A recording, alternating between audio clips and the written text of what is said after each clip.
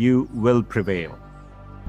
The reason I know you'll prevail is because so many others have done it before you. The long arc of history tells us we have every reason to be hopeful. So be hopeful. There is an interesting trend I've noticed. It's very conventional for every generation to underestimate the potential of the following one. It's because they don't realize that the progress of one generation becomes the foundational premise for the next. And it takes a new set of people to come along and realize all the possibilities. I grew up without much access to technology. We didn't get our first telephone till I was 10.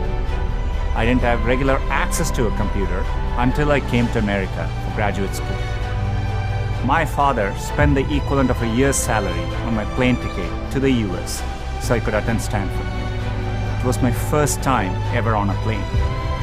But when I eventually landed in California, things weren't as I had imagined. America was expensive. A phone call back home was more than $2 a month, and a backpack cost the same as my dad's monthly salary in India. For all the talk about the warm California beaches, that water was freezing cold. On top of all that, I missed my family, my friends, and my girlfriend, now my wife, back in India. A bright spot for me during this time was computing. For the first time in my life, I could use a computer whenever I wanted to. It completely blew my mind. Under television, when we finally got one, only had one channel. So imagine how awestruck I am today to be speaking to you on a platform that has millions of channels. There are probably things about technology that frustrate you and make you impatient. Don't lose that impatience. It'll create the next technology revolution and enable you to build things my generation could never dream of. The ability to ask a computer anything, anywhere. Be impatient. That's okay. It'll create the progress the world needs. The important thing is to be open-minded so that you can find what you love. For me, it was technology. The more access my family had to technology, the better our lives got. So when I graduated, I knew I wanted to do something to bring technology to as many others as possible.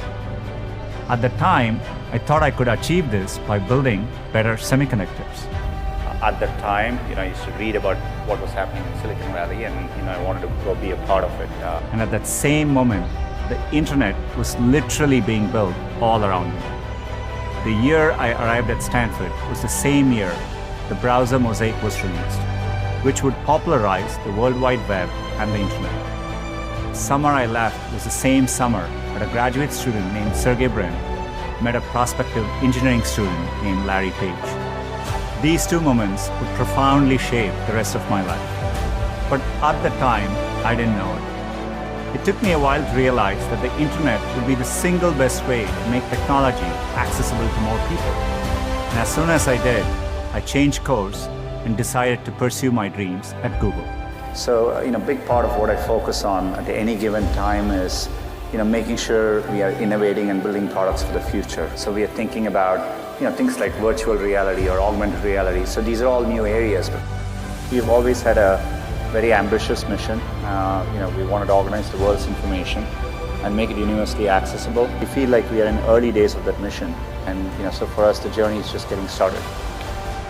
I just want to make sure the next 30 years, we are still able to work on problems which really work for people on a day-to-day basis. Hopefully, at that point, serve all of humanity in a profound way. So that's where I want to be. It is a core part of at least what drew me to Google. I think the chance that we could work on products which would one day, reach everyone in the world. I didn't have access to computing growing up, and once I got access to it, it changed my life. And so I've always been interested in, this is why we work on affordable Android smartphones or Chromebooks, and being able to reach everyone, I think it's a foundational part of what we do.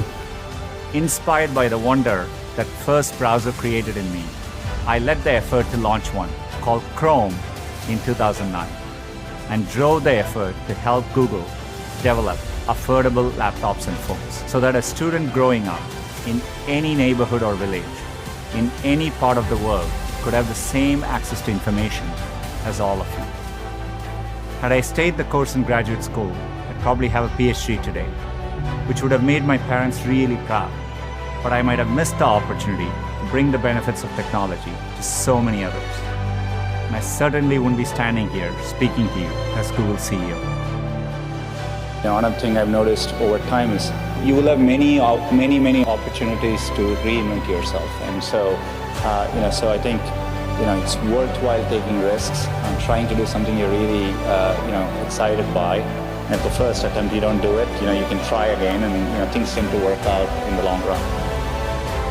In Silicon Valley, part of the reason so many people start up a company is, starting up a company and even having failed, you can wear it like a badge of honor, right? And I think that's important. Culturally, risk is rewarded. I remember when I started working at Google, if I went and people were discussing ideas, the other people who heard the ideas try to build on those ideas. They encourage you. So it's a culture of optimism. It's a culture of risk taking, and I think that's really important. So, move forward would be for me. If I look at what is needed to solve the next generation of problems, creativity is an important attribute. I think so. Encouraging more creativity through the educational system. Today, I do think our educational system values, rigorous academic knowledge over necessarily, being more creative in how you approach education. I think that's important. Another thing I would say is, and I think I've seen it in the best schools in the US, etc. It's what I call it's very experiential, very hands-on. People learn how to do things by doing them, and not just by learning about them, right? And I think that's a big difference. So, to me, so allowing a system in which there's a lot more creativity, learning how to get things done by hand, and so much more of a project-based experiential learning, are all, I think, trends which the Indian educational system needs to adopt. And I also think it's important to teach students to take risks, and and making sure the system doesn't penalize for you to take risks, and if you're different. And so those are all attributes which I think are important. When I see entrepreneurs here, they seem no different to me than the kind of people I meet in the Valley. So intrinsically, I think India can do the same kinds of things. And as the internet becomes more mainstream, people feel more confident. You have a much larger domestic market to tackle. That'll give you the confidence to tackle not just a local market, but global problems as well. So I think we're very well positioned. And the one good thing about India is I think, there's always been, whenever in India I used to walk around and go to some remote corner and find a tea stall, I always felt there is an entrepreneur there somewhere who saw that opportunity. So I think that streak has always existed. But I do think this generation, to your earlier point, I think is less afraid to take risks and follow a conformist path, which is good. The only thing that got me from there to here, other than luck, was a deep passion for technology and an open mind. So take the time to find the thing that excites you more than anything else in the world. Not the thing your parents want you to do, or the thing that all your friends are doing, or that society expects of you. I know you're getting a lot of advice today, so let me leave you with mine. Be open, be impatient, be hopeful. If you can do that, history will remember not for what you lost, but for what you changed. You have the chance to change everything. I'm optimistic you will. Thank you.